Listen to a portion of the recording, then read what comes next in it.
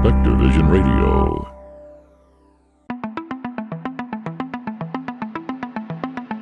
While our government's official position is not to speculate on this subject, we can choose to let our minds explore other possibilities, to use our imaginations. For if we consider that astroscientists agree on one point, that the possibility of life elsewhere is not only quite probable, some feel it is there without a doubt. Let us suppose then that these objects are real space vehicles, extraterrestrial in origin, and not an illusion of the mind.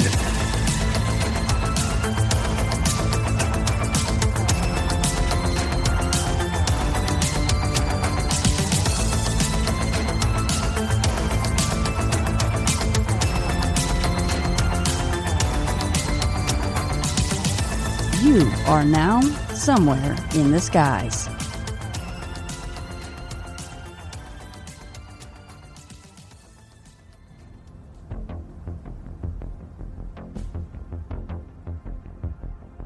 Hey, what's going on, Skynauts? Ryan here, and I'm just dropping in to let you all know that we are currently in the middle of a podcast network change.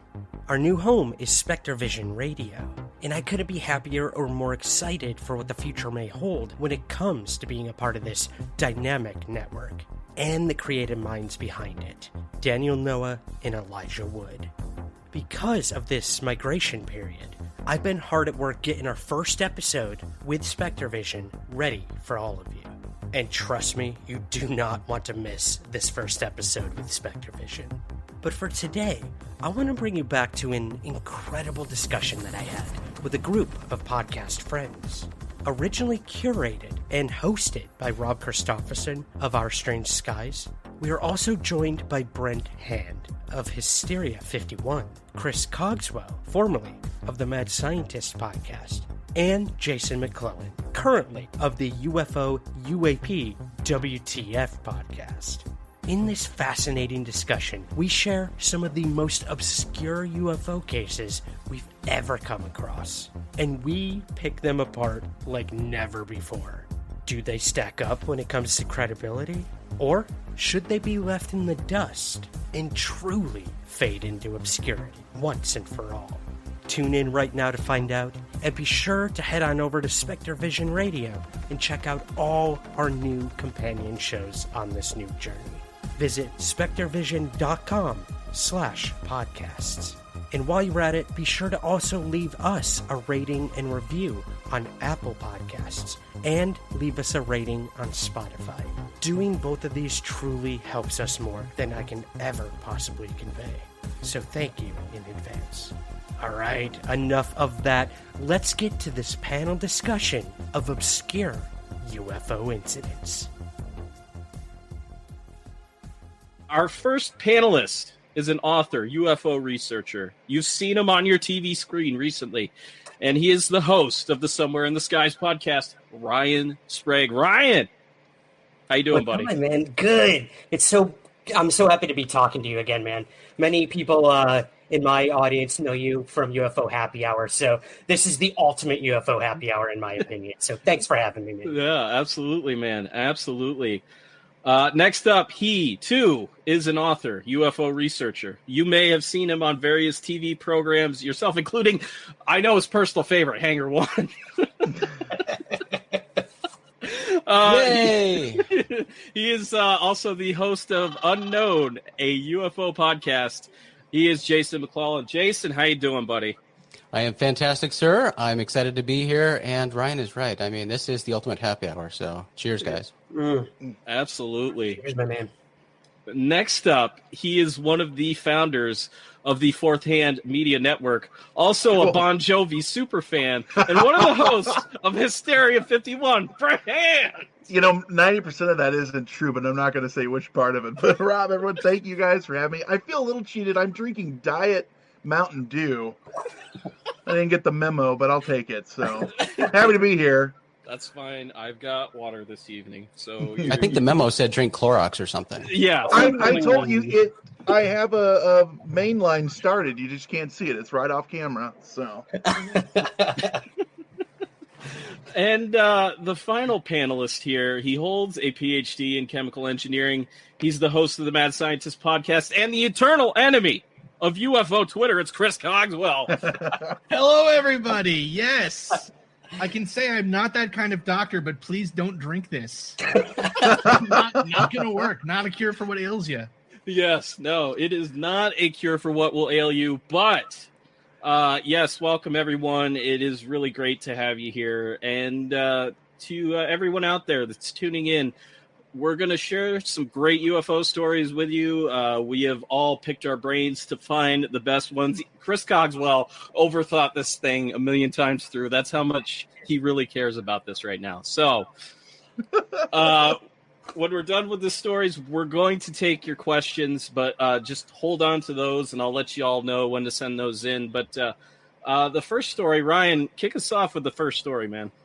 Yeah, so this was an interesting one. I don't know if it's going to be as compelling as a lot of the other ones, but I found it really interesting. You don't hear about this often. And this was a train, or I should say a UFO colliding with a train. This happened back in 2002. And I've got my extensive notes here, so I'm a slave to a script, man. So if I'm reading from a script, I apologize. But all right, so this happened around 3 a.m. on January 14th, 2002. A coal train was traveling through Kentucky, and as the train neared the town of Paintsville, the conductor and other workers on this coal train, they actually noticed these strange lights over the tracks ahead of them. So, the conductor thought maybe this was an oncoming train on another track going the opposite way. So he's like, I'm going to dim my lights, do the right thing so I don't blind them on their way. And he dims the lights, and as soon as he does this, the train is starting to go around a bend, like there's a mountain on the other side. And he dims the lights, and the lights start coming towards them. So they're clearly not on a track, and he doesn't know what to do at this point. He's freaking out. Something's coming right at him. Meanwhile, there are other workers on the train. They're looking out, and they're actually seeing on I believe it was the right side of them, over a river on the other side, there were these 3 white luminous objects over the water with like searchlights looking down into the water. So this is pretty interesting. You got lights over the track, you've got these objects over the river, and the guys who were looking at the things over the river said that they were pretty big. They were solid objects. They were metallic and silver in color, and like I said, they were like some sort of lights looking down into the water. So everyone starts freaking out. They don't know what the hell is going on. And the conductor starts to slow the train down. And as he does this, the train, as it goes just around the bend, everything goes haywire. The train computers start malfunctioning. The emergency brakes kicked in. And he's like, holy crap, I'm about to crash into whatever this thing is. And they did. The light actually clipped the top of the train and hit a few times and then completely disappeared out of sight after that. So the train goes into emergency mode, and it takes about, I think they said, almost a mile for it to actually stop fully. And when they finally report this to their dispatcher, this was out of Jacksonville, Florida, they said, okay, get to Paintsville, and we'll examine it from there. We'll get in touch with the people there. So they finally get to Paintsville, and the conductor and all the workers get off, and they see that the first 2 cars of the train were completely demolished. There were dents and scrapes everywhere, charred and burnt marks, and another latched-on train behind the first 2 also was damaged pretty badly. So once they're getting to the Paintsville station, they see a bunch of people there. So like, okay, this is all the people at the station. They're going to come check it out with us. And as they get to the station and get off the train, they notice that these don't seem to be railroad workers of any kind. They're just a ton of people dressed in black. And immediately they start going to the train and start inspecting it and looking at it. And meanwhile, the conductor, the main witness, as we'll call him, he said that a gentleman only known as Ferguson came up to him, shook his hand, introduced himself, didn't say who he worked for why he was there. But he said, let's go inside and talk for a little bit. So they go inside and they question this main witness for, he said, like almost an hour, just asking hundreds and hundreds of questions about what he'd seen, what happened, this, that. Meanwhile, all the other people that had worked on the train, they were all huddled together, and their phones were confiscated while they got medical examinations to make sure that they were all right. Given their phones back, and after the sort of the inquisition was done, they said, all right, we're going to let you go back on your train and get to your destination. For national security purposes, please don't mention any of this to anyone. Please remain silent about it, and we'll act like this never happened. So they get back to their train. They get on to go out of Paintsville, and the 3 train cars that had been damaged were already gone, just vanished. And the main witness said that there was a tent set up on the other side of the tracks, completely covered, shrouded. He assumes this is where the other train cars were for further inspection, investigation. I don't know. They all get on the train. They go about 8 hours to their destination, turn around to go back to their original place. And as they're going through Paintsville, everything's gone completely. It's like this thing never happened. This is pretty interesting. It's just a story, but what I found actually pretty interesting about it is there was a corroborating witness to possibly the same event. We're not exactly sure. A firefighter and a paramedic were on their way from work, and they said that as they were going down the road, they saw towards the direction of Paintsville, they saw these huge luminous objects whiz past them at unbelievable speeds, and while they whizzed past, the car completely shut down, Close Encounters style, and that was it. That was reported to New Fork, I believe. And yeah, so this is an interesting one that I wanted to bring to you guys. I've never heard about a UFO colliding with a train. It is just a story. Rob, you did bring to me an official report from, who was it? Mark Rodiger, excuse me. An official report where they got in touch with this main witness and they hammered the dude to try to, see if he was legit. They asked him all these questions about the train, his job, what he'd seen, the distance, all this, that. And they came away thinking, Mark and this other investigator, he knows what he's talking about. It seems like something happened. So this one was really interesting to me. Again, it's just a story. Everyone remained anonymous that reported it. But I don't know. We don't know what really happened there in Paintsville, but I thought it was a pretty exciting story to share with you guys. So I'd love to get your thoughts on it.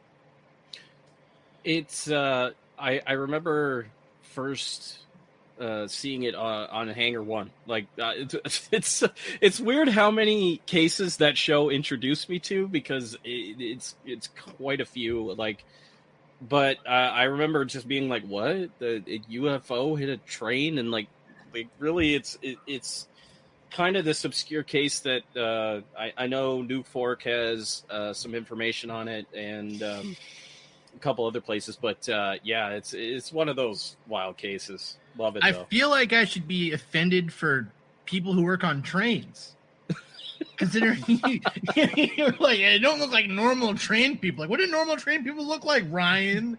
What do you mean? Everyone knows they're wearing fancy suits and checking. No, they wear suspenders. They've all got that same hat. A bindle on a stick. What are you talking about, bro? You're talking to the New York City guy, the city boy. I don't know what train folk look like. Little known fact, trains were outlawed in New York in the late 1800s. So this is all foreign to him.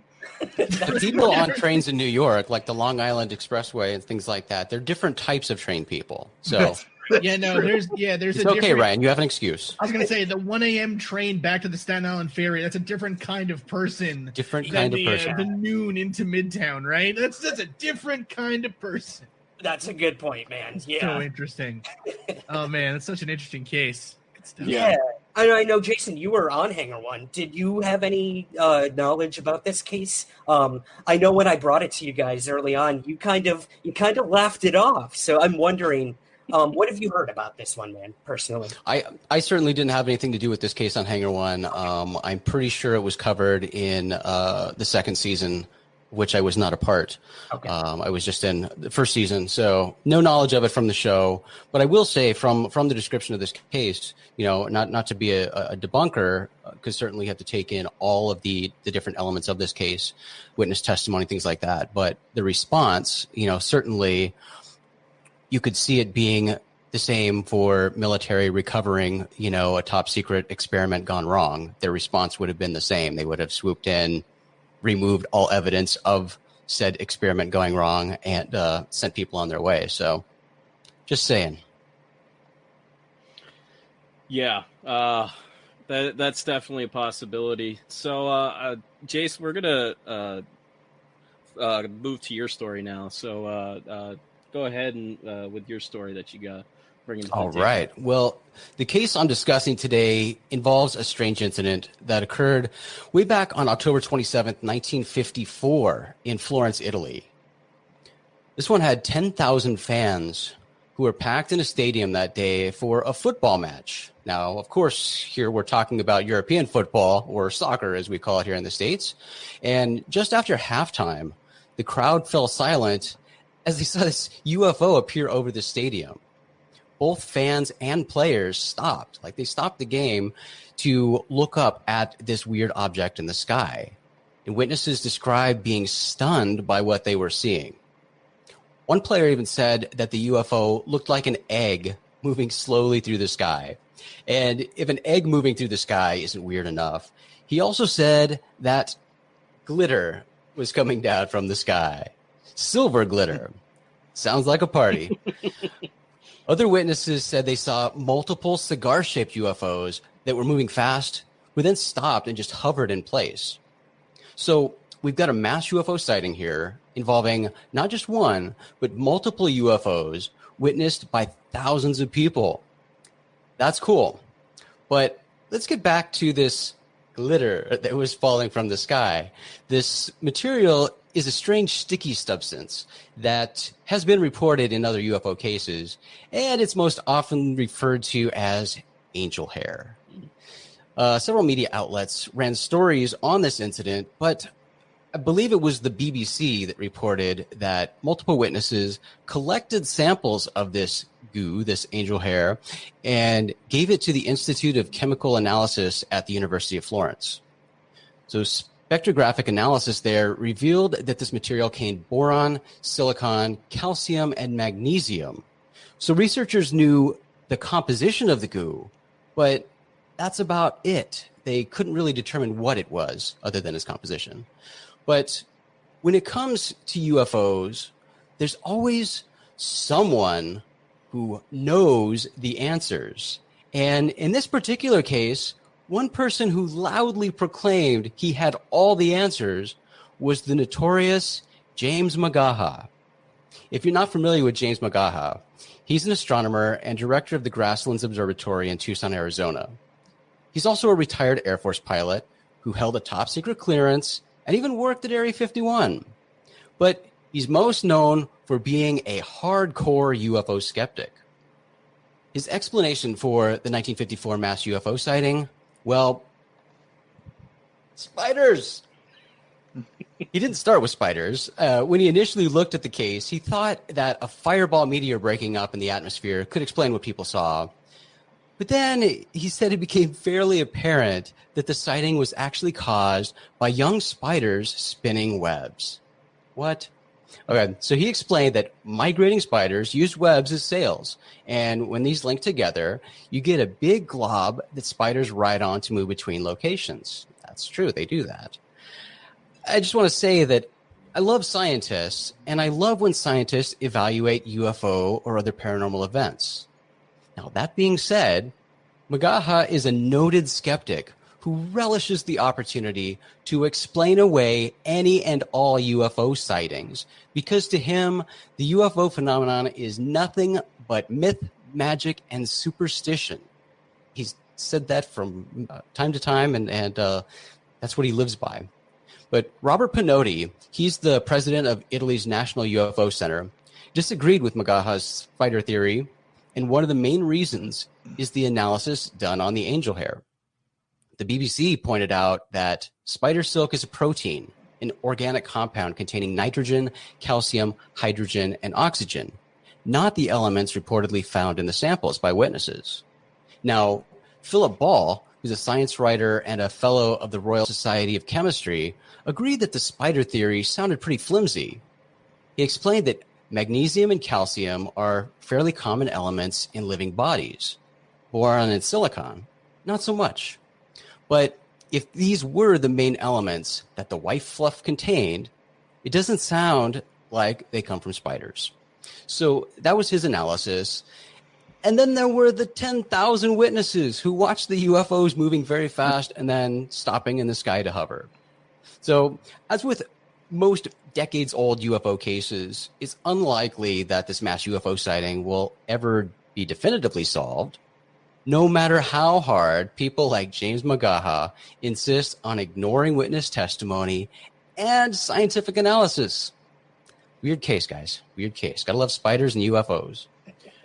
Yeah, you definitely do. I think what's fascinating is that it ties into the 54 flap that was going on in France at the time. You had a lot of these sightings all over the place of people seeing like classic saucer-shaped UFOs, people occupants wearing like diving suits is what they said, over and over again. So, that was probably one of the more fascinating cases to come from that time. And I think really the cool thing is that Amy Michelle, who was one of the original investigators of that flap, was actually able to trace all of these sightings in basically straight lines. They could track them so easily from place to place to place to place, which was, really fascinating. And it's just a classic case. Love that case. Yeah, James, is that his name? McGaha? Yeah. I hate that dude. I'm sorry. I'm just going to say it. He doesn't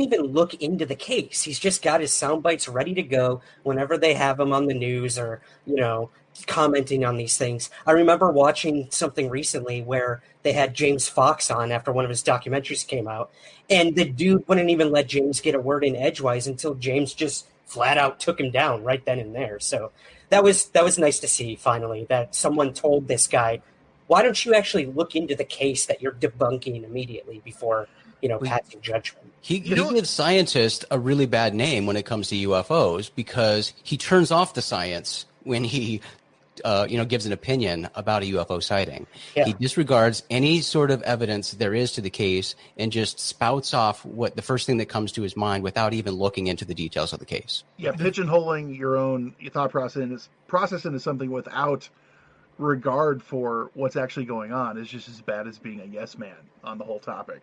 And, that's the whole Philip J. Klass school of debunking there, even though Philip at least did research, before he spouted off. A little bit, yeah. It seems like one of those cases where, there's such more compelling and interesting ulterior explanations for these things. You know what I mean?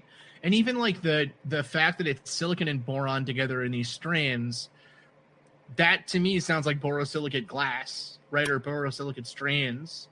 I was just going to say that. Yep. Yeah, which would be which would be interesting in that area. I mean,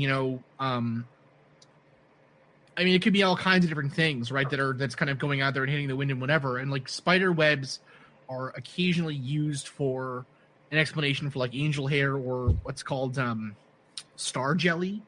Right, is another name for the same kind of thing. Yeah. But to use that to try to explain away like loads of people seeing something and then saying, no, everyone in that crowd thought it was an alien, but it was actually a spiders. That's almost scarier to me, though, too, spiders flying around like this.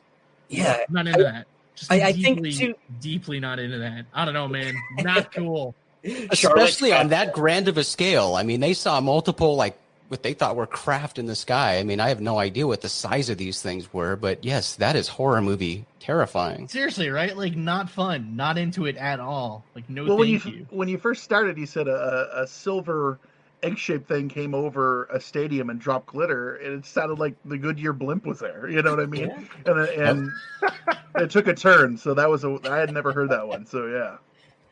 Yeah, I think too, to point out what Chris was saying, a prosaic or other scientific explanation is just as fascinating as being a UFO, in my opinion. I mean, strip it of alien immediately and just say, whoa, we have a anomaly that we've probably never seen before happening here. So I always go back to that. Like, it's really interesting to find a earthly explanation that could be just as astounding as unearthly, in my opinion. Yeah, and I mean that's something that we bring up with UFO sightings all the time, right? I mean, something is a UFO to somebody if they're not used to seeing it. We're getting all the Starlink sightings right now reported because people aren't used to seeing this string of satellites in the sky that continues to grow all the time. If you're not used to seeing something in the sky, it looks strange to you, therefore a UFO. And how many of you have seen spiders moving through the sky on a ball of webs? Like, I've never seen that. So if I saw it, it would look really freaky to me. Yeah. One of the things that always blows my mind, just going off of what you just said too, is when people come forward with things like that and you say, well, that actually is Skylink.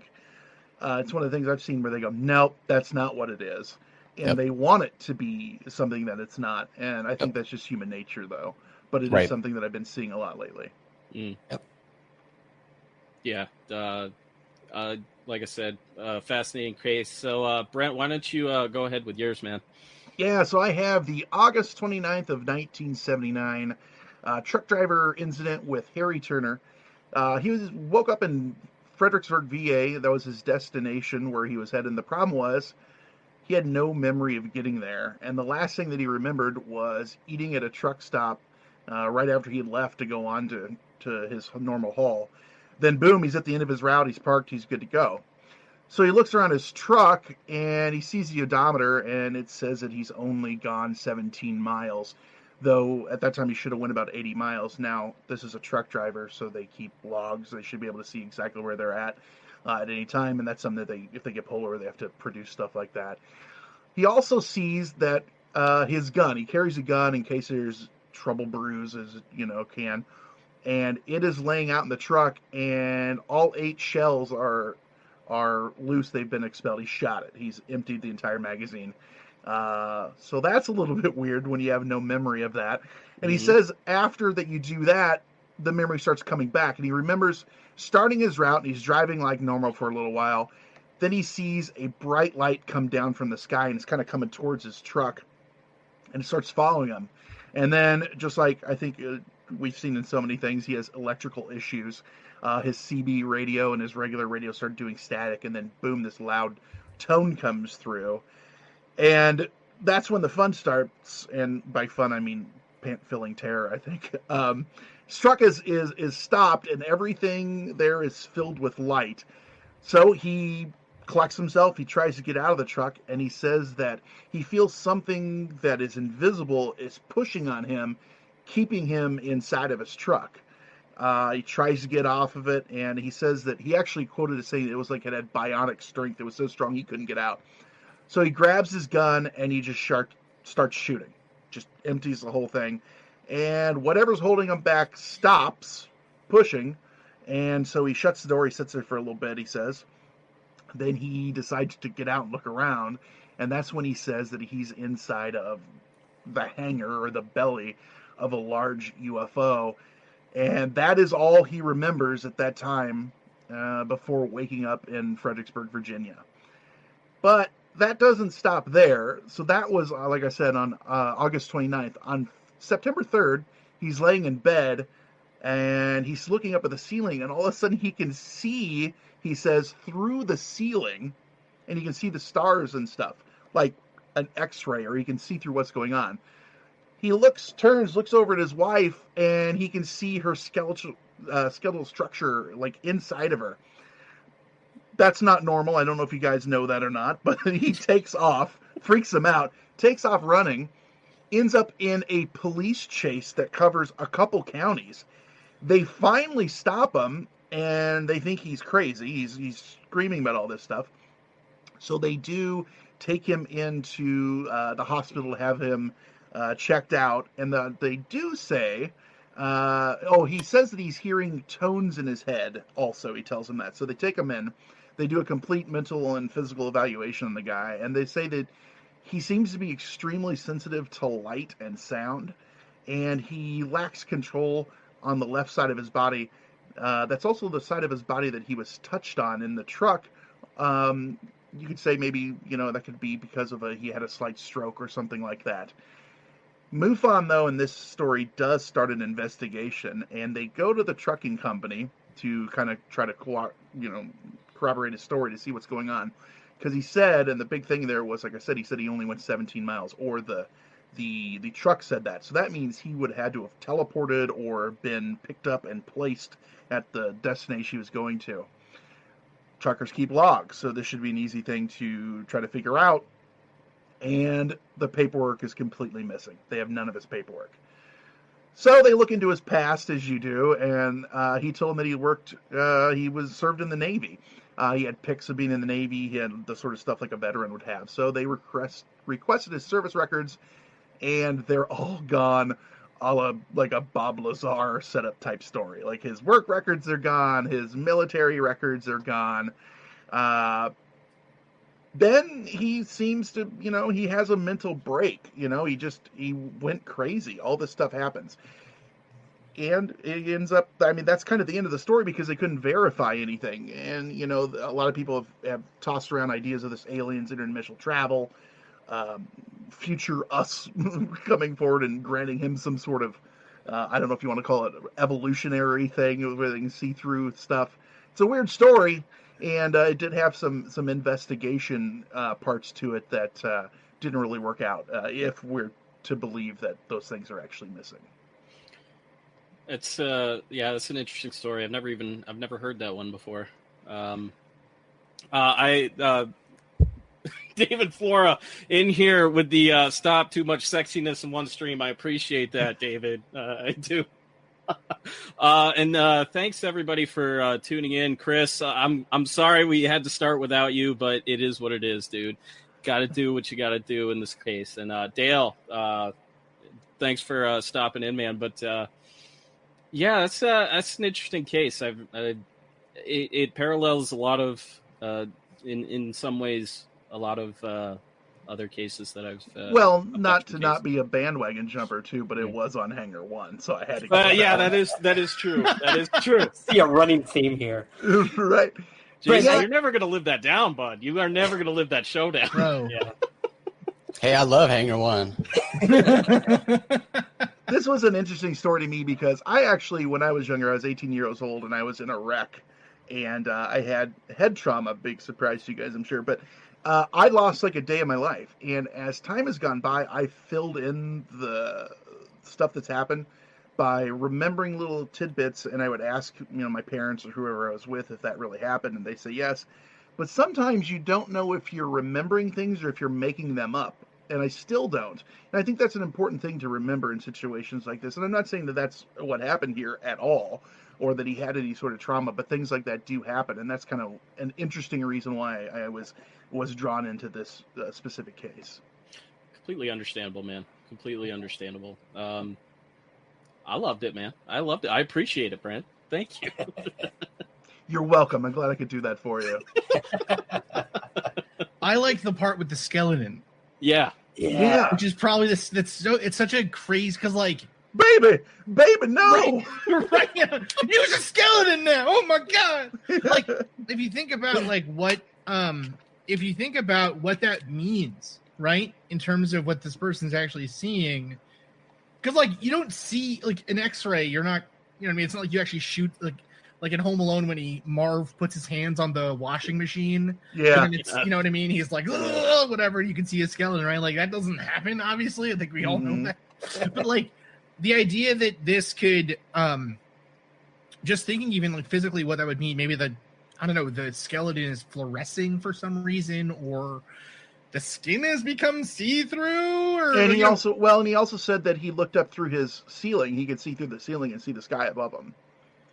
Right. So it's just super interesting, like just a very strange part of a story to add if you're going to make it up, you know? Right. Very strange. So I don't really understand like what the whole, I don't know. It's weird. Oh, Yeah, weird. I guess my takeaway is if you're ever in the military, your first day, grab someone and say, "Remember me," because you never know who's going to have to come to your aid in the future and be like, "I do remember that guy. It was really weird. He grabbed me."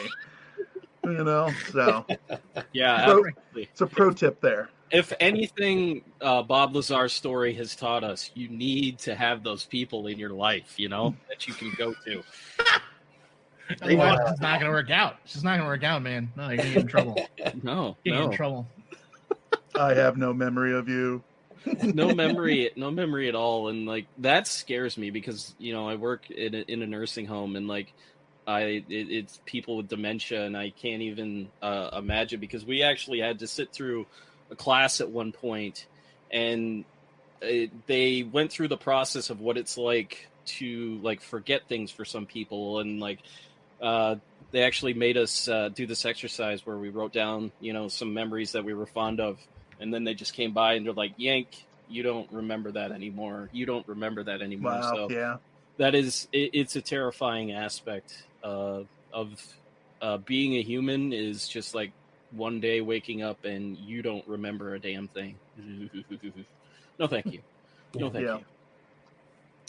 So Chris, how about you grace us with your story, man? Hey, I got a great story. Oh man. All right.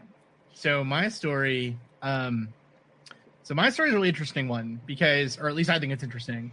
We'll be the judge of that. Yeah, I was going to say, you guys will tell me whether or not it's interesting or not, right? This is the worst story I've ever heard. You guys can write mean comments in the chat. So anyways, so my story actually is one that's was really popular back in the day. And the reason I like to highlight it, and it's similar to other stories similar to this, like, so originally I was actually going to do the Nuremberg mass sighting, because that's another one of these sorts of cases that wasn't popular until suddenly it was, because someone put it out there, right? Like a big name put it out there. So the story that I'm talking about is what's known as the Great Kansas Cow Napping. So, okay, here is the quote here that was part of it kind of got all over the place back in like the late 1800s, like really like 1890s actually. So this was printed initially April 23, 1897. So, and then, there's the sweet photo here of this. Yeah. Kind of gilding we're just telling the story immediately here. It is a hoax. Yes. All right? A famous hoax in ufology. Okay. So, this is from Alexander Hamilton, the guy's actual name, not like the president, or not the president, but the Secretary of the Treasury. The Treasury, whatever the hell he was. Yeah. I got a PhD, everybody. So, chemical engineering, though, it's not in American history. All right. So, quote. Last Monday night about 10:30, we were awakened by a noise among the cattle. I arose thinking that perhaps my bulldog was performing pranks, but upon going to the door saw to my utter astonishment that an airship was slowly descending upon my cow lot about 40 rods, which evidently is 600 feet from the house. Calling my tenant Gid Heslip, which awesome 1800s name Gid, and my son Wall, again, amazing name. His son's name is Wall. Mm-hmm. Yeah. His sister's name is Chair. We seized some axes and ran to the coral. Meanwhile, the ship had been gently descending until it was not more than 30 feet above the ground, and we came within 50 yards of it. It consisted of a great cigar-shaped portion, possibly 300 feet long, with a carriage underneath. The carriage was made of glass or some other transparent substance, alternating with a narrow strip of some material. It was brightly lighted within, and everything was plainly visible. It was occupied by 6 of the strangest beings I ever saw. They were jabbering together, but we could not understand a word they said. Every part of the vessel, which was not transparent, was of a dark reddish color. We stood mute with wonder and fright. Then some noise attracted their attention, and they turned a light directly upon us. Immediately on catching sight of us, they turned on some unknown power, and a great turbine wheel, about 30 feet in diameter, which was revolving slowly below the craft, began to buzz, and the vessel rose lightly as a bird. When about 300 feet above us, it seemed to pause and hover directly above a 2-year-old heifer which was bawling and jumping, apparently fast in the fence. Going to her, we found some material fastened in a slip knot around her neck, and going up to the vessel from the heifer tangled in the wire fence. We tried to get it off, but could not, so we cut the wire loose to see the ship, heifer, and all rise slowly, disappearing in the northwest. We went home, but I was so frightened I could not sleep. Rising early Tuesday, I started out on my horse, hoping to find some trace of my cow. This I failed to do, but coming back in the evening, found that Link Thomas, about 3 or 4 miles west of Leroy, had found the hide, legs, and head in his field that day. He, thinking that someone had butchered a stolen beast, had brought the hide to town for identification, but was greatly mystified at not being able to find any tracks in the soft ground. After identifying the hide in my brain, I went home, but every time I would drop to sleep, I would see the cursed thing, with its big lights and hideous people. I don't know whether they are devils or angels or what, but we all saw them, and my whole family saw the ship, and I don't want any more to do with them. That was then actually put into the newspapers with an affidavit that was sworn by around 12 different people who were like, so this is the list of these people, ready? E.V. Wharton, State Oil Inspector, M.E. Hunt, Sheriff, H.H. Winter, Banker, E.K. Kellenberger, M.D., a pharmacist, an attorney, Justice of the Peace, 2 druggists, the Register of Deeds, the Postmaster, and the Deputy Sheriff. Now, so this story came out and was a huge deal, right? It was part of what's known as the airship flap, which happened in the 1850s to the 1920s, essentially, in the United States, especially. And I love this story for a bunch of different reasons. One is the fact that this guy could imagine an airship that would float and have this big glass case and everything else, but he couldn't think of a way to get a cow up into it without just a rope. You know what I mean? He lacked that imagination to be oh, and then they used a rope and they got the cow and they drug it. They had it floating in the air with us. He couldn't think of that at all. But the other reason why this is so fascinating is it really hit the national newspapers. It got all over the place. And then it fell off, the story kind of died down. It was forgotten a little bit until it was brought back up by Jacques Vallée, actually, who wrote about it. And then it was also part of a couple of, after he wrote about it in the 60s, it became a huge, huge UFO story again. And so people started to, what's the word? It basically was almost for cow mutilation, what Roswell became, right? Mm-hmm. Nowhere near as big as Roswell, but it was a foundational case in UFO history and lore, right? Until they started looking into it. Here is the quote from the person who initially published the article. So initially it was published in the Gates Center Farmers Advocate. And so this is from Ed F. Hudson, who was the editor of that story. So, quote, I had just bought and installed a little gasoline engine, the first I believe to come to Gates Center, using it to run my machinery, replacing the hand power on the old Country Campbell press and kicking the job presses. I invited many of my friends in the back shop to see the engine work. Hamilton, the original person, Alexander Hamilton, was one of them. He exclaimed, now they can fly. And there the airship story we made up took birth. This guy, Hamilton, was part of a little-known Midwestern tradition called a Liars Club. Mm-hmm. These groups existed in the United States in the 1850s all the way to the 1950s, and actually they still do exist today. There's a famous one in Wisconsin still that's operational. I don't know if you've heard of another one that's pretty... in Chicago, right? Well, Facebook, we call it. There's also, there's a bar in Chicago called the Liars Club, I guess. No. Whatever, Brent. Okay, yeah. Facebook, all right, now I look like a butthole. Thanks. I look like a fool. So these Liars Clubs, though, what they would do, it would be a bunch of rich guys that would get together, and they would see how far they could get a tall tale to travel through their town. And this is one of those tall tales, mm-hmm. right? That seemed to travel around. And if that wasn't enough of a kind of proof that this was a falsified hoax story, one of Alexander Hamilton's relations from back in the day, I think it was his secretary or someone that worked for him or whatever, she remembered her mom talking all about how they used to make up these crazy stories, on how one of them even ended up in the French newspapers. right, about a cow that had been cow-napped out of this field in Kansas, or out of, this area that they lived in. So for me, it's such an interesting story. And it's one, too, that shows that story just fell off the UFO folklore, map, right? After it was proven that this was like a hoax, it fell off. But if you still read up about it, like on UFO blogs and things, people are still trying to like prove that it's true.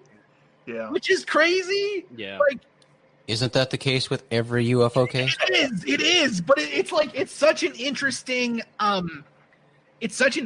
thing that, it's such an interesting thing to me that these people then come out and they're like, yeah, we made it up. And even Hamilton, evidently, like at the time, was a really well-known, he'd make up these tall tales constantly, right? Mm-hmm. But it was just because of his fancy title and his affidavit that was sworn to by everyone else. Right. Affidavit. Yeah. It was only from this thing that people were like, oh man, this guy's going to be telling the truth. But nah. Yeah. It always blows my... Go ahead, sorry. Yeah, just wanted to say William Pullen has a great point here, bringing up the Aurora, Texas crash, because that seemed to be a case that was really strong for a number of years until I think it was the New York, maybe like Time Magazine or something like that, interviewed some of the like family members and some of the original witnesses and said, no, it was complete bunk. It was a situation in which, the town wasn't doing good. So we're going to, kind of drum up some tourism here by saying that a fake UFO crashed on Judge Proctor's property and all that stuff. Same kind of thing. And it kind of goes to show, like, considering the 1896 and 1897, it's kind of like the first flap. There's a lot of similar things that have gone forward in the flaps of the modern age in which people hoax things. It's great. It's fantastic. I think one of my favorite hoaxes is the Woodworth saucer hoax of 1947, in which these kids, this was shortly after Kenneth Arnold had his sighting and the whole UFO boom really kicked off. They ended up making like a fake UFO out of materials, and they basically put it in this woman's yard, and she was like the town gossip, so word spread fast. I believe the military was there within like a few hours, and like these kids got in trouble for doing this. So great, gotta love it. But yeah, man, with every flap, there's bound to be hoaxing something. That actually reminds me, I don't know why I thought this would be so funny, but it was really funny at the time, I swear. When I was a kid, me and my friend Richie were walking home from the train station, walking home from high school, and someone was throwing away a mailbox. And we thought it'd be really funny to take the mailbox and just put it on some random person's, like, stoop. Right, like on their, on their entryway, I guess, like into their house. And so we did that, and then they found out it was us, and so we were sitting on my stoop, just like hanging out and being stupid. And the person came and started yelling at us like, "You put this mailbox on my stoop!"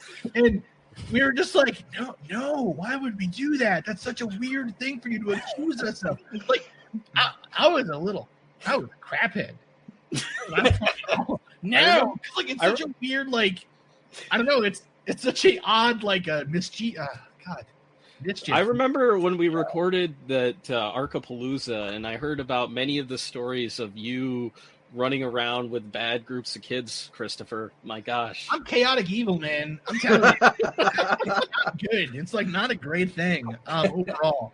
Marie is like the anchor that keeps me linked to reality at this point, I think.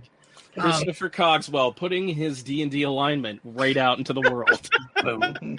It always cracks me up or surprises me, I think, in these stories, what ones fall by the wayside and what ones refuse to, because people just latch onto them. And in the conspiracy world, too, it's not just stuff like this. You can look at Polybius and Lake City Quiet Pills and stuff like that you can go down these roads and debunk them pretty easily. But people just go, nope, I want to believe this. Does it hurt people to do that? No. But it also doesn't do any good, and it sure doesn't give any credence to what we're trying to do. Yeah. I remember I was at a conference where Aaron Golias spoke, and he gave this fascinating presentation about the repackaging of ufology from decade to decade. And it was stunning to hear someone from like the early airship days up to like the recent sightings. He was able to trace the same story, the same incident repackaged throughout every decade. And it blew my mind. So, I mean, that has every UFO researcher questioning every case they've ever looked at and be like, what earlier version of this is this? Or how was it built upon? I mean, I talked to Micah Hanks recently, who's doing a lot of research of UFOs in antiquity times. And I thought I brought a really fascinating case to him of a floating ship in the sky that drops an anchor. Dude comes down, he's floating in midair, checking stuff out. People in the church are outside looking at this. The bishop's like, let him do his thing. Let him do his thing. If it's a heavenly figure, let him do his thing. Dude, he's got an anchor. He's got a no one evil has an anchor. Right. Totally fine. Get this, Chris. The anchor, as the guy climbs back up into the airship, the anchor falls down, to the land. And this church claims that they have the anchor to this day. So I thought this was really interesting. But then as soon as Micah heard it, I saw him grinning. And he told me 4 other stories of that anchor story. Anchor story, as it were. So, yeah, this idea of repackaging is fascinating. I think it's, something that we have to be really careful of, I think. Creepypasta is not a new thing, it turns out. It's actually really interesting, right? One of the most well-documented versions of this is with witchcraft stories, or the shift from a purely demonic worldview in like religious, like not really theology, but like in philosophy of, say, like science, I guess, but pre-science, when science was still demons and angels and stuff, whatever. There was this idea of something could be supernatural, but then also preternatural. And so, Brent's dead. Brent has disappeared. Where'd you go, Brent? I don't know what happened to Brent. You offended him. I really offended him. He was like, witches are real. They're real. Not having any part in a witch conversation. Right. It's like if I brought up a Ouija board, you'd be like, no. I'm just gonna plow ahead, because this is what I do when people stop listening to me. I just plow ahead. Yeah, that's your thing, Cogswell. So this so preternatural suggests that something is natural. It fits within the bounds of natural law, but it's just like happening in a way that we don't know about before, right? Supernatural suggests that something goes against the laws of nature that humans have to work by. So a lot of theologians argued that like the only thing that could be supernatural was God, right? Because if it was anything else, then God wouldn't be all powerful, and therefore he or she wouldn't be God, right? So God has to be the only thing that can be supernatural. On the other hand, preternatural would be like Flash, right? Like the Flash could do things that we would think would be like demonic or like magical or whatever, but it's just that he's super fast, right? But his body's still like, he can't go through walls, he can't teleport, he can't, be telepathic, whatever, right? So the shift was that it started off where demons and witches were supernatural, and then we started saying, no, that's ridiculous, they're just super strong and fast, like really smart or whatever. And so we went from them being supernatural, then being preternatural, to them being unnatural, right? They didn't exist in a natural world. But a lot of those ideas that we still gave for like the witch's Sabbath, being abducted from bed at night, all of other things, continued into modern folklore. And you can argue one way or the other, like, do you think that this is because people were being abducted by aliens instead, and we just called them witches, or they're not real aliens, they're another larger thing or whatever. But that story, it's like one of the best cases where we have that example of the change, because so many, like say Thomas Aquinas and others, really looked at it seriously and were like, this is a problem, because I guess they thought they would see a demon someday. They were really concerned about knowing what was going on. Yeah, it reminds me of the stuff that like Diana Pasulka and Leslie Kean were looking at with the Pentagon program and the DIA. Like they had a group in there, a splinter group almost, looking at this from a religious angle. And like that was the only way they were looking at it, which ultimately affects all the research moving forward if you're putting this demonic angle on the whole thing. So I thought that's fascinating that, Chris, this is even going on with the freaking ATIP program. It's crazy. Don't get me started on ATIP, bro. Sorry. Get me started. Well, I think, some of this really highlights something that I'm a firm believer in, and that is knowing UFO history and not being afraid to revisit and learn UFO history. I know people in the UFO field can get a lot of shit for, if you ever decide to do a show on Roswell. I mean, God forbid, don't touch Roswell. Why do we care about listening about this old case from 1947? But I think there are a lot of people entering the UFO field now, and even people who have been in the UFO field for a long time who haven't looked at some of these cases for decades. And, it helps to bring these things back up and remind people of the history of these cases, because, I mean, there are, just like some of the cases we've mentioned, there's so many cases that come up that have been thoroughly debunked, and, the people involved in them have admitted perpetrating these things. Yet there are so many people who come to us now and say, oh, well, what about this case? I think this is a compelling case.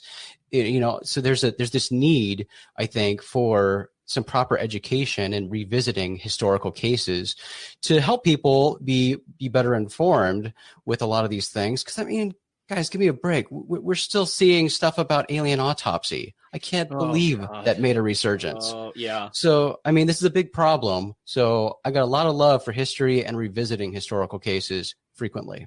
Yeah, I agree. And I think like one of the cases that has been a great example of that lately is the Aztec crash, because it's come back into the kind of the forefront in a certain way. And it was a case that was dismissed. I mean,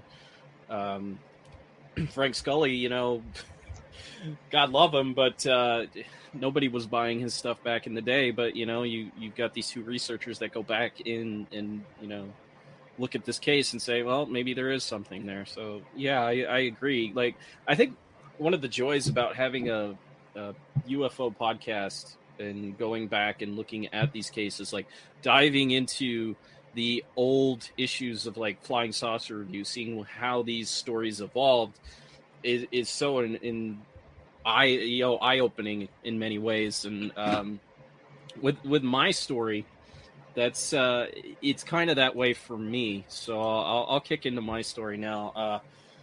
Mine comes from Finland, and right up front, I'm just going to tell you, I'm going to butcher these pronunciations just because I do not speak Finnish. According to Ancestry, for about 6 months, I was 5% Finnish, but I do not believe it for 1 second. I am not buying it.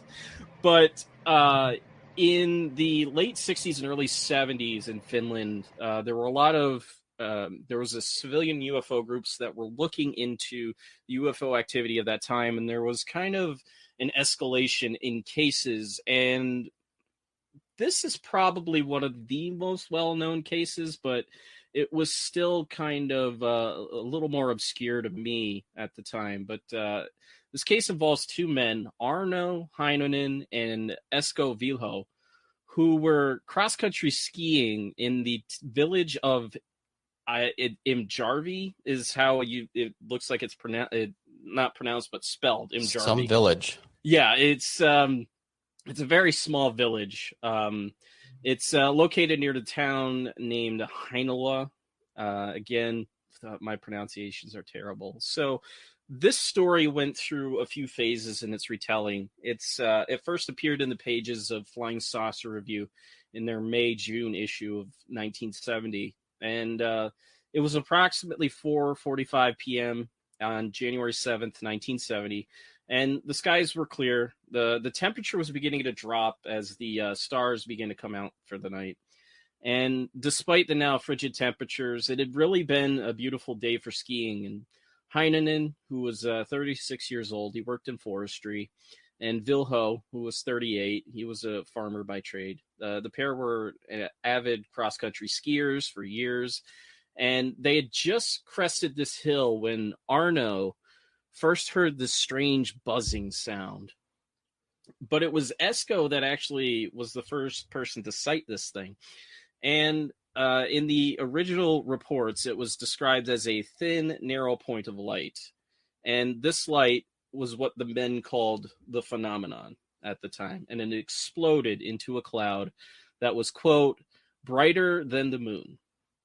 It descended below treetop level, and it came, and from it came a ring of white light that fell to the snow, and its outer edges were black, and it began to emit these red, green, and violet sparks on the snow.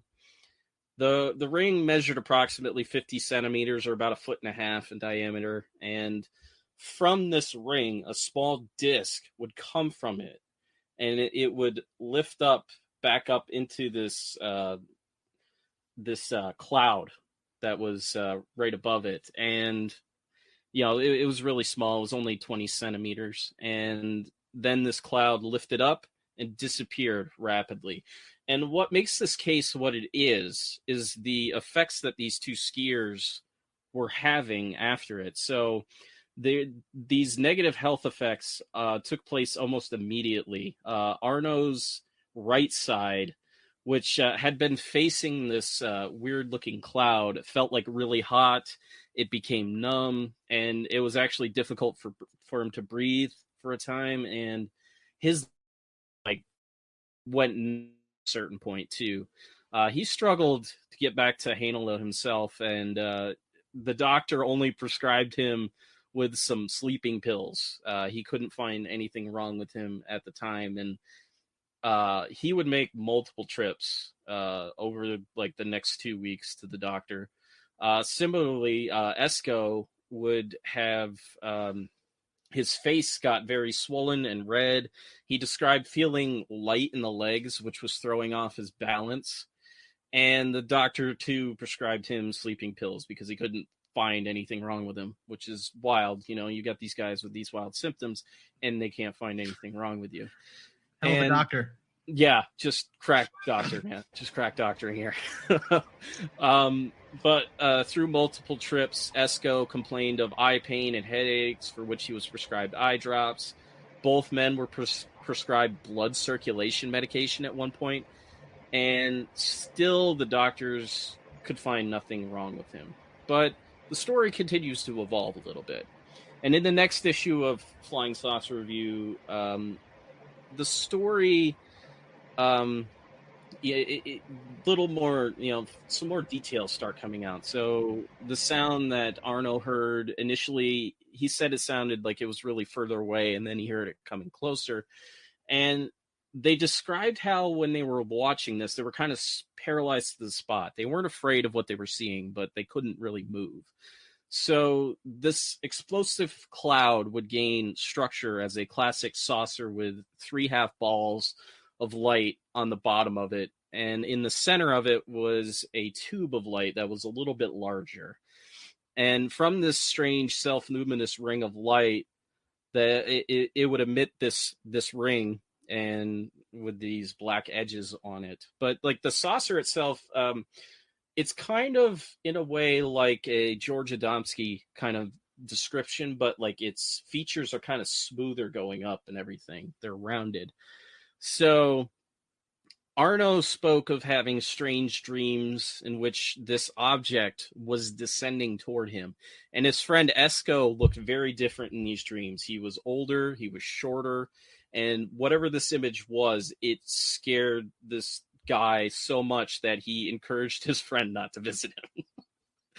So this clearly, is having this great effect on these guys. Their health still hadn't improved. Esco's hands and face would still become red, and he'd just continued to suffer from headaches. Arno described feeling like there was hot water sloshing around in his stomach, which would cause him to vomit a few times a day. And both of their memories were kind of failing them. But still, doctors could not find anything wrong with these guys for whatever reason. Still crack doctoring here. Great doctoring. So there's reports from Falkenberg, Sweden, concerning a craft that people had seen that was of a similar shape. These balls on the bottom of them of light and stuff like that. But it was finally in September that the full story would emerge. And word of the men's story had started to get out, and journalists came a knocking. In fact, there was one that showed up at these guys' doors and basically said, tell us your full story. You're not telling us the full story. So these two guys, they blamed memory loss incurred during the incident for why they couldn't remember what was happening to them.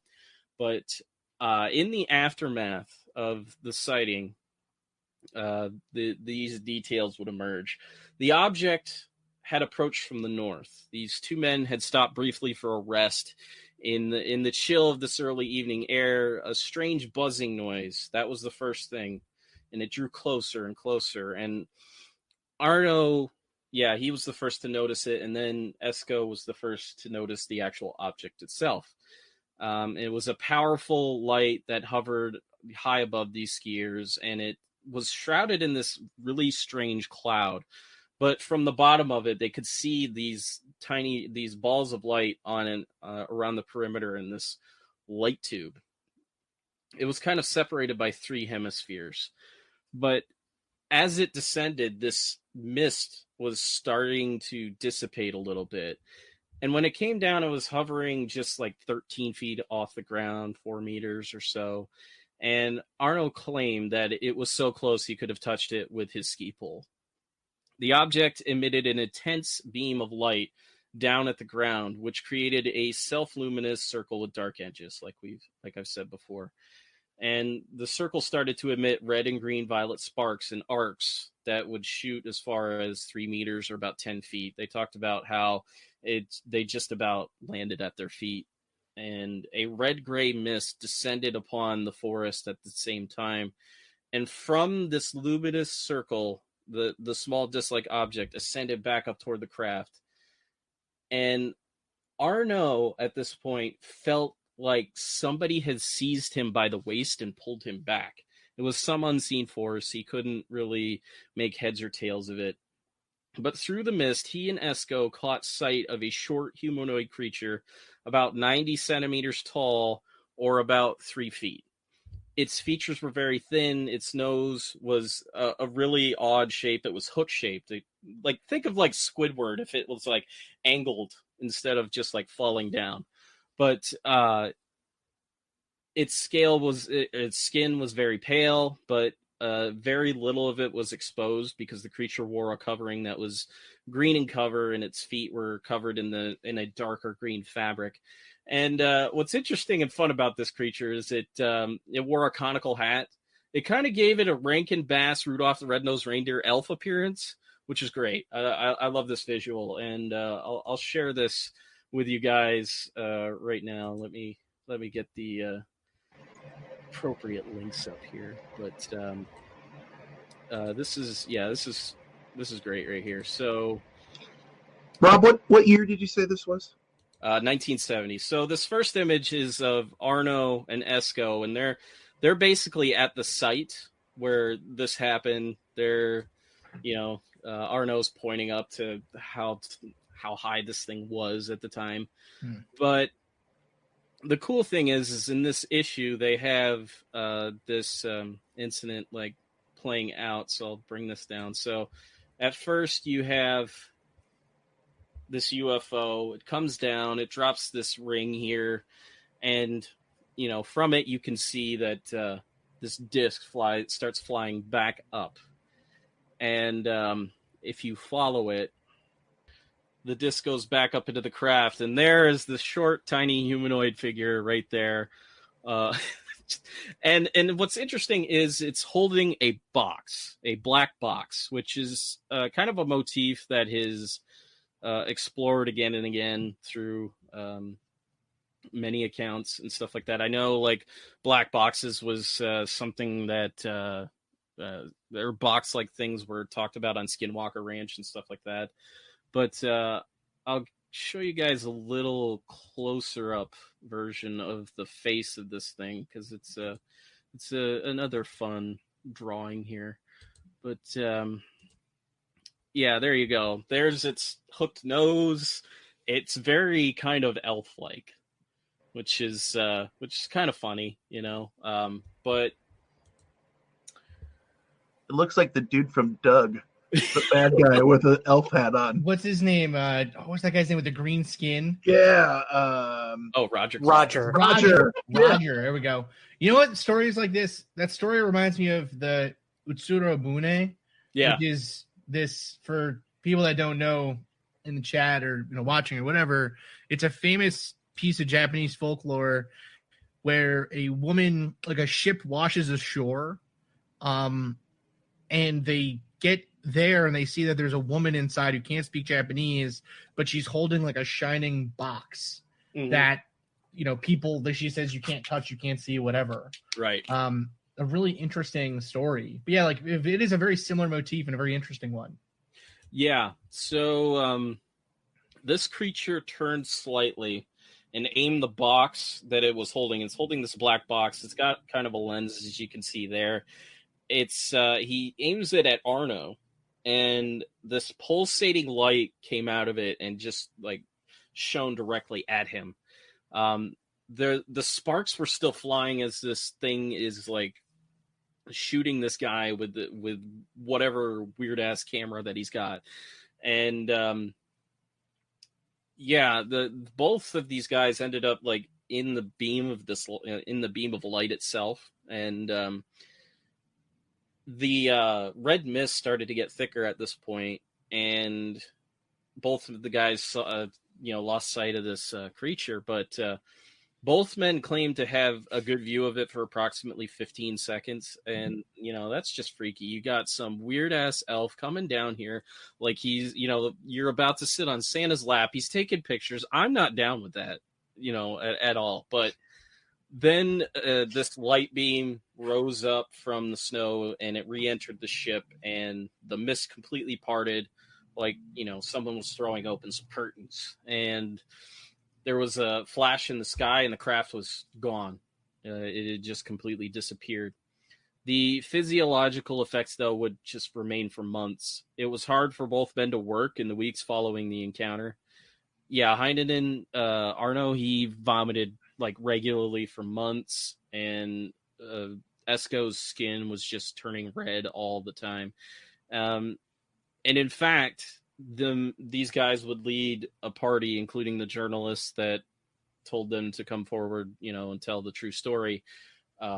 He would have them, come forward and bring them to the spot. And of the guys that were there, I think the majority of them, their skin started to turn red and it was irritated. So, there is some skeptical views of this case. I don't really think they hold water. Maybe they were exposed to, like, I don't know. In this case, I'm not exactly sure what they would have been exposed to, but it's one of those cases where that is a hell of a hoax if it makes the guy puke continuously for. Yeah. You know what I mean? Like, whoa, like what was he hoaxed with? You got to commit to that. Yeah, seriously, that's no joke, right? I mean, outside of some like intense sort of like anxiety issue that's underlying or something, what makes I don't know. How can I cover my bulimia? I mean, seriously, yeah, like, right, like, no, it's all UFO. Yeah, good way to lose some weight. Yeah, just say you don't like. I don't know. It's such a weird. So strange. Rob, I was wondering if I could bring up. You just did an episode about the Falcon Lake incident, and dude, this is like strikingly similar in terms of physiological effects. I mean, Stan Michalek had like the radiation burns. He was vomiting, I believe, for months, and the same thing where these doctors like didn't do anything for him. They gave him like some pain meds and were like, "Get out of here, man." I find this case eerily similar to that one. It's really interesting. Yeah, there are a lot of similarities to it, and I'm not going to get into it on this live stream. I might do an additional episode or something, but these guys claim to have further contact with like alien beings after this, so the story kind of goes off the rails. But the interesting thing is that there were additional sightings in the area at or near the time of this incident, but in a village 15 kilometers or 9 miles from the encounter, a woman named Elna Sitari witnessed a strange light on the day the two skiers had their encounter. And in the village of Paso, is like 10 kilometers away, about 6 miles, an unnamed man witnessed a strange light in the sky around 4:45 that evening, the same time the encounter took place. So, these folks are witnessing stuff not too far away. And later that evening, a 16-year-old boy named Maddie, who was from Mjarvi, witnessed a strange light not far from where the encounter took place itself. He was on his way home from a friend's house when the forest just lit up all around him. He witnessed a bright light above the trees moving about, and it disappeared not long after he caught sight of it, heading to the south. So for this live stream, that is the Mjarvi humanoid sightings. It's you can see a lot of parallels in cases where people have had negative health effects after coming into contact with a craft of some kind like that. I think of the Cash Landerm incident because there's a lot of similarities there. There's just a smattering here and there of cases like that. But I just want to say, if any alien watching this, we don't want your Santa Claus photos, so please do not turn down. I don't know. I'll entertain it. Don't throw me in there. No. Brent is looking for more. He wants the negative health effects. Don't immediately put Brent in that category of not wanting Santa photos. Like, you might want them. You might absolutely want them. He might actually want the photos. That's fine. Maybe you could play Alien Santa, Brent. That maybe would be cool. Yeah, maybe. We were just talking to some pilots for an upcoming episode on ours, and that's funny. That was the term they used to use that they no longer use. Is if you saw something, you'd say, "We spotted Santa Claus," and now it's kind of gone by the wayside. But yeah, nice. I got the height to be your elf, Brent. So we got it. Right. Apparently Ryan fits in pockets. I never knew this until today. but pocket size. Yeah, that's amazing. So I'm going to turn this to the listeners here, the people tuning in. If you have any questions, throw them our way right now. We'll answer them. So if any aliens want to drop off some pancakes, I'm down with it. We just want your alien pancakes. We want your alien pancakes. That's what we want, people. If you could add a little salt, I would be appreciative. I don't want valet writing about my space pancakes. Okay, I like him. He's a good dude, but he's a good guy. Hey, Rob, I was curious. What the name of the panel I think is pretty intriguing. Would you mind describing that for us? The blue ribbon. Yeah. The blue ribbon panel. I had a couple of people asking me what that meant. Yeah. So back in the 70s, the National Enquirer had a panel of UFO experts that they assembled, and they would hand out a prize for someone who would come forth with proof of, the UFO, an authentic UFO incident, or, contact with an alien and stuff like that. Famous winners of the Blue Ribbon Prize include Ronnie Johnson of the Delphos Ring incident and Travis Walton. He won $5,000 for his story, and it's been used as a tool to debunk a very famous UFO sighting. So I thought it would be appropriate if we called ourselves the Blue Ribbon Panel. Love it. I thought it was a PBR call out, but I guess I'm wrong. Bust out the Paps next time. We'll be good to go. So William Pullen asks, why are charlatans, hoaxers, and frauds embraced by the UFO community? Honestly, I've got a great answer for that. Yeah, wait. So honestly, I don't know how I got part of this, but I got added in the thing about Skinwalker Ranch, and so I'll tell you why. Because, and I'll give you, you can read the thread, whatever. I'll tell you why. The reason that they are embraced in the UFO community is because a lot of the time, what people in the UFO community want is not proof. They want belief. They want to be told, just believe everything I say, follow me, share the videos, listen to the stuff, do what I tell you to do. And people love that stuff. That's true. And it's like Jason was saying earlier. We need to look at these things or they're doomed to repeat themselves. And if you guys have been looking at the things that are going on now, we see the same people that are known disinformation agents are now poking their heads back up and being embraced by people again that we should have seen through or not be doing this 25, 30 years ago. And the fact that that is being something that we're having to go through again and be like, why are you doing this? And getting pushback blows my mind. So, Jason, I think that was an incredibly important point and a reason why we look at cases, because no matter what, it's someone's first time a lot of times when you're doing it. And if not, things like that get, we doomed to repeat itself, as, the old saying goes. Yeah, and Chris is absolutely right.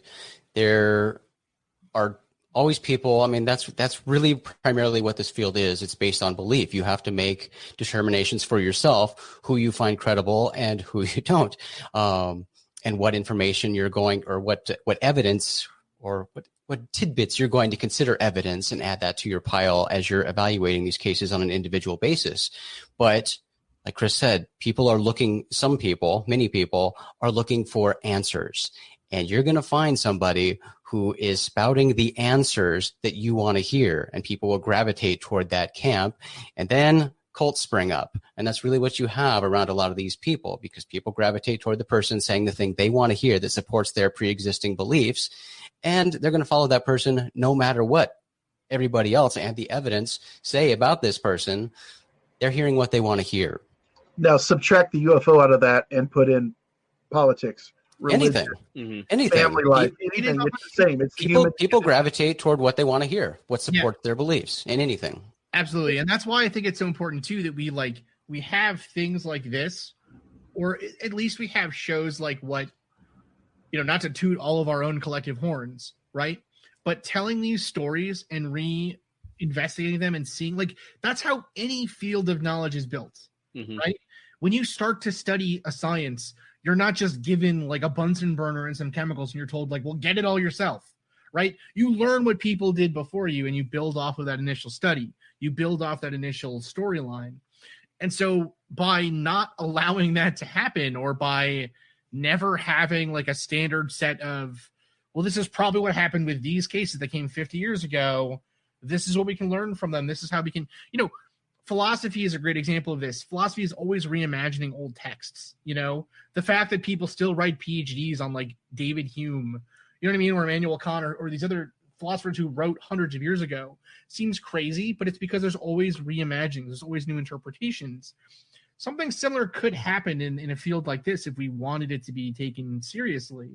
And again, even if, not everyone on this panel agrees at the underlying reality of the phenomena that we're describing. Not everyone agrees even on specific cases, right? We tend to broadly agree, I would say, but generally, there's a big gap there, or a big difference here on what we believe individually, but we're still able to at least look at this in a semi-intelligent way, right? And say, this makes sense, this doesn't make sense, this seems logical, this seems illogical. You can still pick apart arguments that way without needing proof. Right, Chris, and that's why I'm so pissed that the fucking MUFON shit fell through, because we were set up to fucking do that, man. We were set up to fucking get it in the front, get it in the back here, and fucking really run these goddamn cases through their paces and pick out the really good shit. Yeah. And I think that was probably the only, that has got to be the only time where, I think anybody has come that close to doing that, which again, it just frustrates me endlessly. But it's actually, I think, going to be one of the more. So you guys all know my views on To the Stars Academy, right? Obviously, yeah. It's actually one of the things that I'm probably the most excited about with if they do end up doing this UAP reporting app that they're talking about. If there was even just some kind of feature on there that was essentially you could upvote or downvote a case. Right. Do you know what I mean? Right. At least maybe that would get people out of their weird pigeonholes of, you know what I mean? Everyone on the same Facebook group shared the same stories about angels. Yeah. And they're all oh, they're aliens, right? Right. Not everyone thinks that. There's a lot of conflicting evidence out there for the and I think that also speaks to the field of investigators today, where it's a lot of them are like MUFON field investigators, which only gets you so far, and a lot of it comes down to the passion that you have to for this subject and what you're willing to do to investigate it. But yeah, man, I hope I have high hopes for that app. But Drude in the 559 asks, any encounters in the last year you think are promising? Also, where are the girls? Don't worry, if we do this again, there will be girls involved. I promise. It was hastily assembled on my part, and I apologize for that. But any encounters in the last year that you see as promising? There's none that really come to mind straight away, because again, it comes down to the fact that it just seems like the modern the accounts of that are happening within a year, they don't get a lot of spotlight, they don't get a lot of press, they don't get a lot of anything, they don't get a lot of coverage. Maybe you'll find one or two on a blog or something like that, but a lot of the time I'm not really looking at the newer cases. I'm more looking at the older ones. That's more of what I do. But if any of you have anything in mind, feel free to share. But that, I think that's going to be a tough one for all of us. Mine's a little bit out of that, but Chris actually helped me on this. We had something that came across our desk that was interesting. I had a gentleman who cleans out basements for a living, and he found a stash of old negatives. And well, they weren't negatives, they were slides, and the tiny 110 up to normal size, and they looked like they had, some of them, really good UFO photos on them. He's like holding them up to the sky, and he called me. He's a father of a guy I went to college with, and he's like, I don't know really what this is. I usually would just throw this away, but by God, it looks like UFOs. So he sends it to us, and I got with Chris, and we had them looked at, and I actually had them developed to actually just digital off that. And it was someone that you could see in the 50s and 60s learning to fake UFO photos with double exposures and manipulating negatives and stuff like that. And that was really an interesting thing that I came across, that I was like, oh my God, this is awesome. And then it was fake, and that was still really awesome to me, because you could see how people, I know that's not the exact answer you're looking for, but that was the one that's within this last year that really got me excited, was, seeing how the yesteryear people faked things, because that's kind of been a thing that we've talked about in this episode. Yeah. Was this Roswell Slides Part D? Yeah, it was there was actually some stuff from Vegas and some stuff from whoever had done it had taken photos from all over the nation at places where you could see this is such and such, because there's a sign in the background, so made sure that they got the landmarks in there, so you could see them. And then it was just Billy Meyer flying through the sky, Yeah, they were legit pretty cool. I'd say, just generally, the all those old Scott style UFO pics like that are so sweet that dude, Brent, you gotta grab them. You gotta get those, man. Yeah, I got them. I've got them. You got them. You got to do something with them, then. We all know a guy in Mexico City who I'm sure would like.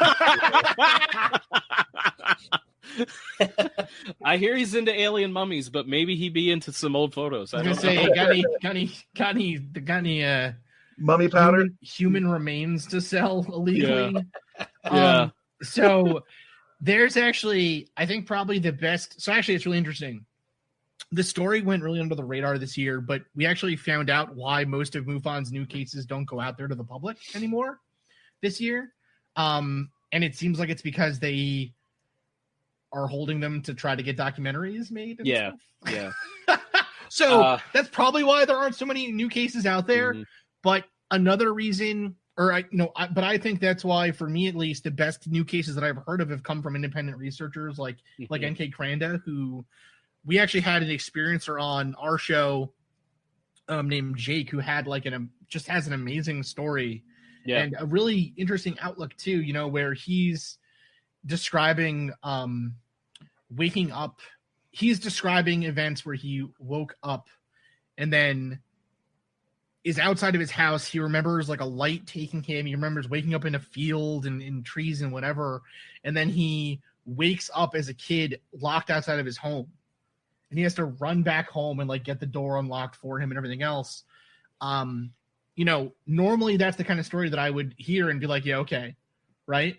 But talking to this person and then kind of vetting his background a little bit. And I don't know, man. Maybe it's just because I had that personal experience with this person and talked to them one-on-one. Mm-hmm.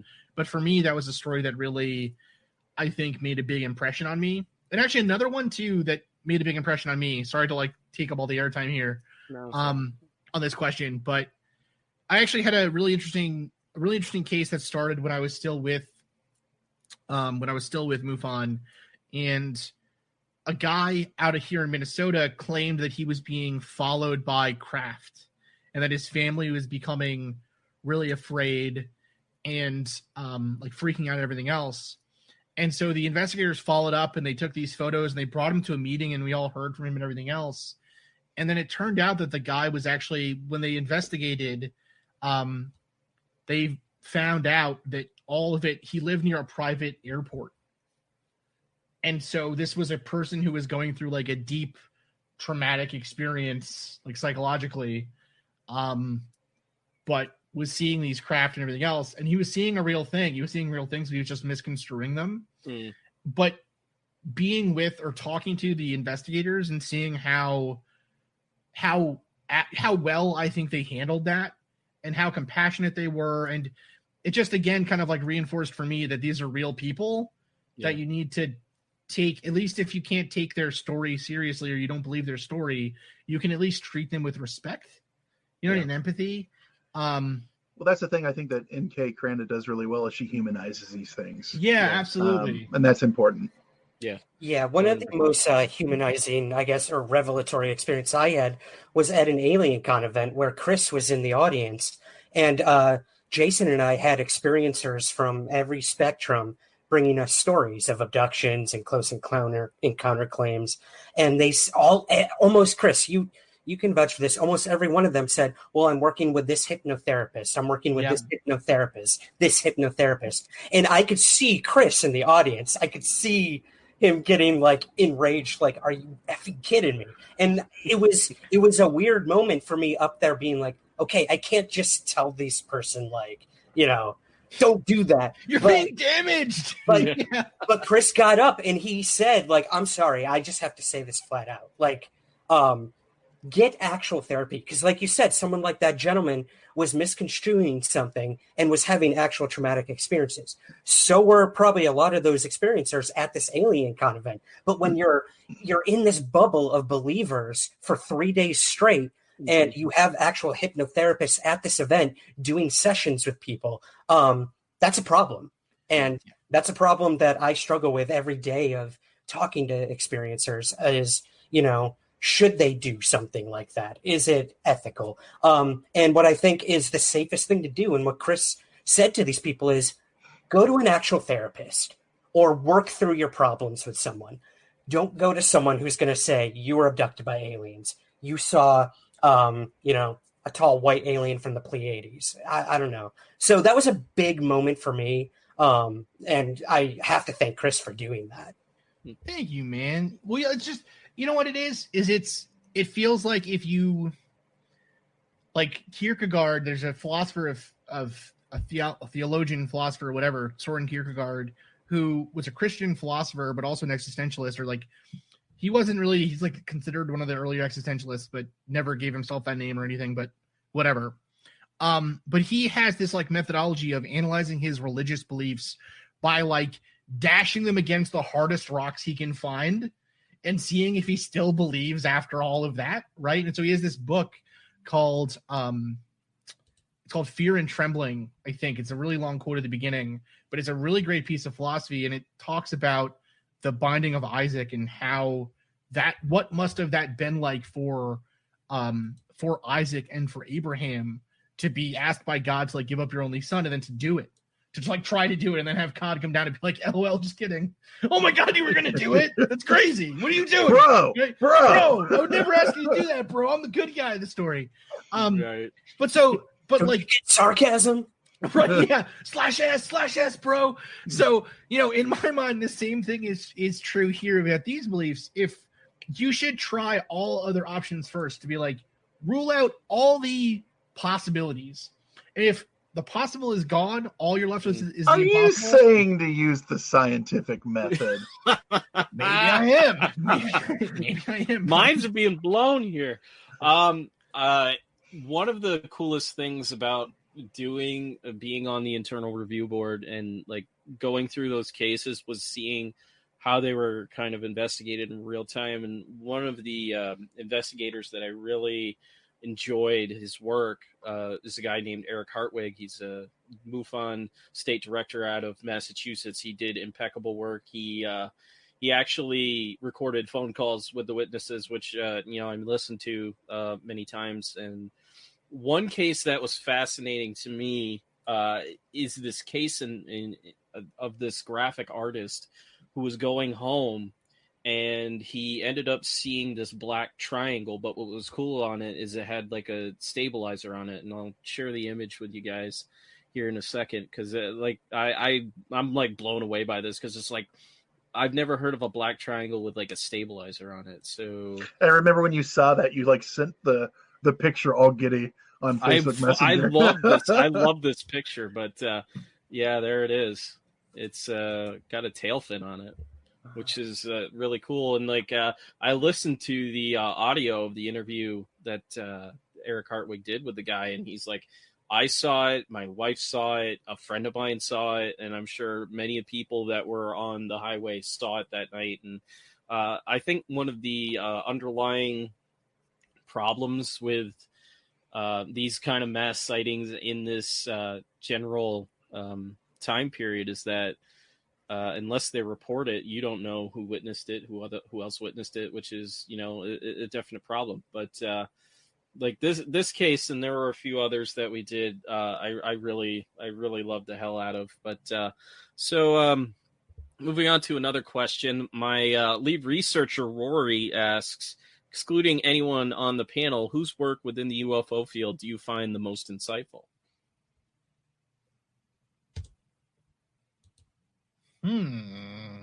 No one. Our silence says it all, I guess. I really like William Pullen. Yeah, he's commenting in here. I love William Pullen. Great guy. Because our buddy is watching, I'll say I love him too. There we go. Yep. See, I really like NK Cranda. I think she's doing really good stuff. We do love you, William. I do think that she's doing a great job. And yeah, William, not only am I a fan, I love that you quote yourself quoting yourself when you repost stuff. And I want to be able to do that someday. So that I like. Yeah. I'll throw a couple names out there. I think Frank Kimbler is the geoscientist doing amazing work on the Roswell incident. Still out there digging, looking for shit, which is awesome, and finding stuff. And look, if you're looking for scientific method, that's all this guy does. So, and there's other MUFON field investigators. That's the other thing. Individual MUFON field investigators is one thing. MUFON as an organization is another. There are some incredible field investigators in every state. Absolutely. Like Mr. Shane Hurd in Arizona. Just want to give a shout out to Shane Hurd, who's one of our Rogue Planeteers over at Rogue Planet. Yep. Earl Gray who is the assistant state director of Arizona, by the way. Yep. Earl's a great guy. Those two are the only ones coming to mind right now for me. But, you look at the work of Erica Lukes, Chase Kletsky. I mean, these are people who've been doing this for years and kind of get, pushed down by the more sensational cases going on. Or for whatever reason, get pushed down by people doing what they're doing. It's unfortunate. Yeah, absolutely. So, William, he has another question. Why do some UFO researchers, Daryl Sims comes to mind, never publish their investigative reports, including parties involved? That is a fantastic question. Ridicule, I think, desire to not be ridiculed. The reason that we pick apart everything, I think, a lot of times they want to protect the people that they've been through. But then again, that is also setting everyone back, because if there is great research being done, we have no way to compare to other sightings, to find trends, to look through things like that. So it's a double-edged sword, to me at least. Mm-hmm. I think rainy day fund is another phrase that comes to mind too. I think a lot of researchers hold these cases so close to the chest, and they're just waiting for when they can, put it out there and how they can benefit from that, which is kind of sad when you think about it. If they haven't come out with something in a long time, I'll bring this out right now. So I think that's another struggle in the field is transparency and sharing information. Whenever I find something, I always go to Jason and Rob first to be like, have you heard about this before? Should I steer clear, or is this something I should pursue? So yeah, I think, things like this, doing panels and just like sharing information, I think is really important. And I feel like a lot of the, I don't ever want to put down the old guard, because we've learned everything from them and are trying to build upon them, but they're more reticent to keep those cases in. So, that's kind of my 2 cents on it. I think the case is different for everybody, right? Everybody's an individual. They do different things for different reasons. And I know Daryl. Daryl's a sweetheart of a man. I love the guy. But William makes a good point. And his reasons for not publishing his work, I don't know what they are. So not speaking about him specifically, but others I can see in this field, you have a lot of, I guess I'll call them professional people, and then some not so professional people who, have just picked up this topic and they're doing it, and they do what they do the way they know how to do it. And they might not be in it for publicity, but even if they are, they might not think about publishing a paper or doing things a certain way. They're just doing what they do with their investigations in their own style, then going around to different conventions and things and showing off what they've discovered, and or talking on TV shows and, the various routes. So people do things different ways. I don't pretend to know the motives behind those, but I think the obvious with some people is that they know if they were to publish and try to get peer review, they would get ripped to shreds. Yeah, absolutely. And I think like when it comes to like the preeminent investigators and some of the cases that they have worked on, and I think one that immediately comes to mind is Linda Napolitano's case. Like that case kind of, I think, ruined the credibility of Bud Hopkins for a lot of people, just because of the way that he presented his information and the way that, no, there's 22 witnesses. We don't know who the hell they are. They contacted you anonymously through letter and all this stuff. And there's like some weird love triangle that's happening here. And like, I've been blasted for my critical opinions of Bud Hopkins. I think he was a fantastic researcher. Don't get me wrong, but I think he went down a line of thinking that kind of like, I don't know, soiled it in a way. But motives are, everybody's got a different motive in this case, and we can't also like leave out the fact that sometimes money has to do with it. So I'm all about the money. Yeah, absolutely. Like speaking of you guys are not getting paid for this, just so you know. I am I'm getting interference here. My connection is breaking up. We'll see you later. Bye. But like different motivations, I definitely think play a part in this. Desdemona said, "Put this panel on a shirt," and I think we should. We should definitely put this panel on a shirt. But just make it the Mortal Kombat choose your fighter screen. Yeah, absolutely. I think. Yeah, I had to. But I think this is where we're gonna wrap it for this first edition of the Blue Ribbon panel. So thank you all for coming on. This was super fun to do. It was a lot of fun. Thanks for having us. Yeah, Rob. Thanks, man. So good. Absolutely. Folks, and don't forget to look up. Support your local ufologist. Yeah, support your local ufology. Keep looking up. You never know what you'll find in our strange skies, and you never know what you'll find on your computer screen when 5 guys get together and just talk about UFOs. In Gray we trust.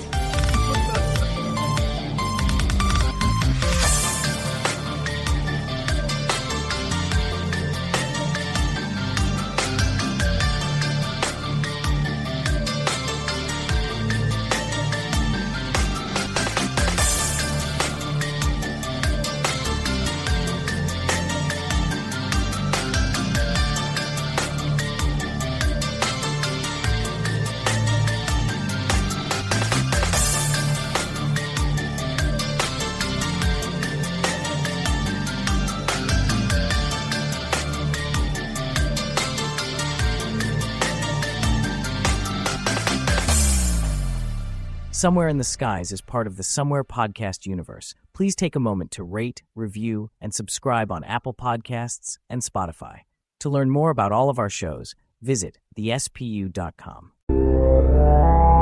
Spectrovision Radio.